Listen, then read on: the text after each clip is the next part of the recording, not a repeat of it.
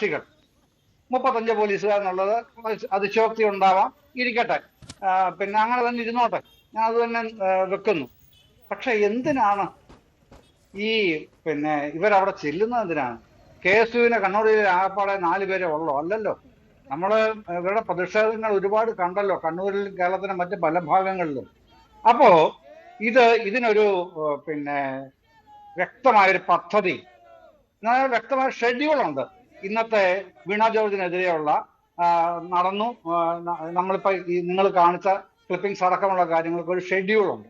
എന്താണ് ഷെഡ്യൂളിന്റെ ഉള്ളടക്കം എന്ന് കാണുന്ന ആർക്കും, ഒരു അനലിറ്റിക്കൽ വ്യൂ പോയിന്റ് ഉള്ള ആർക്കും അത് ഒരു സംശയവുമില്ലാതെ മനസ്സിലാവും. തൗഫീഖിനൊക്കെ ഏറ്റവും നന്നായി മനസ്സിലാവുന്ന ആൾക്കാരാണ്, എനിക്കറിയാലോ തൗഫീഖിന്. പക്ഷെ അത് പറയാൻ കഴിയില്ല, രാഷ്ട്രീയമായ കാരണങ്ങളുണ്ട്. അത് മറ്റൊരു കാര്യം. ഇവിടെ ഈ 4 പേർക്ക് എന്ത് ചെയ്യാനാണ് അങ്ങോട്ട് ചെന്നാൽ? സ്വാഭാവികമായ ഒന്നാമത്തെ ചോദ്യം. രണ്ടാമത്, പിന്നെ അവിടെ കാണിച്ചത് എന്തായിരുന്നു? ന്യൂസ് 18ന്റെ വോയിസ് ക്ലിപ്പിൽ തന്നെ, ഓഡിയോ ക്ലിപ്പിൽ തന്നെ കാണിച്ചത് എന്തായിരുന്നു? ഓഡിയോ വീഡിയോ രണ്ടും കൂടെ ചേർന്നു. പിന്നെ വീണ ജോർജ് പറയുന്നു, ആരോടാണ് പറയുന്നത്? CM-നോടാണ് ഫോണിൽ കൂടെ സംസാരിക്കുന്നത്.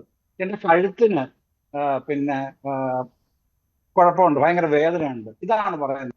അവരുടെ കയ്യിലെ മുറിവിന്റെ ഒരൊറ്റ അക്ഷരം പോലും അവര് CM-നോട് സംസാരിക്കുന്നില്ല.